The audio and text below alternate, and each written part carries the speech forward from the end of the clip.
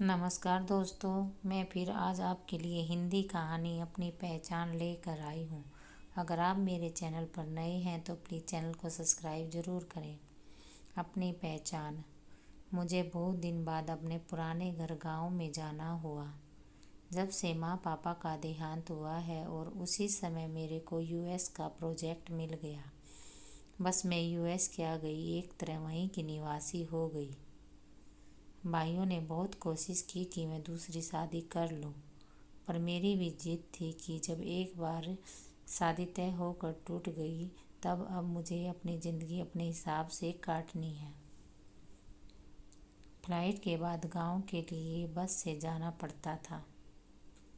मैंने ओला बुक करा दी थी। मैं आराम से सिर टिकाकर पुरानी यादों में खो गई। पिताजी ने दादी के बहुत जोर देने पर शादी के लिए लड़के देखने शुरू कर दिए थे, पर मैं शहर जाकर आगे पढ़ना चाहती थी।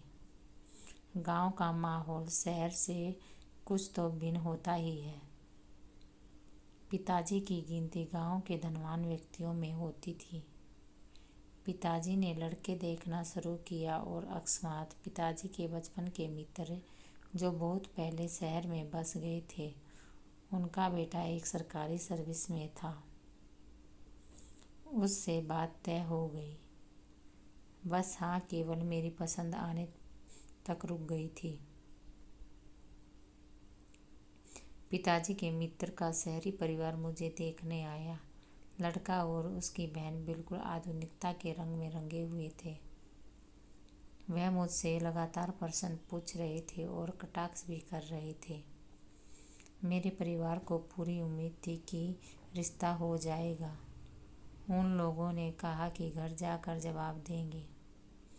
घर जाकर जब उन्होंने कहा कि हमको कस्बे वाली लड़की से शादी नहीं करनी, पिताजी को तो बहुत दुख हुआ और बस पिताजी ने मेरी बात मानकर शहर पढ़ने भेज दिया। शहर जाकर मैंने इंजीनियरिंग की तैयारी की और प्रवेश परीक्षा में आकर आईटी ब्रांच में एडमिशन ले लिया। इंजीनियर के आखिरी साल में ही कैंपस सिलेक्शन में बहुत अच्छी कंपनी में मेरा सिलेक्शन हो गया।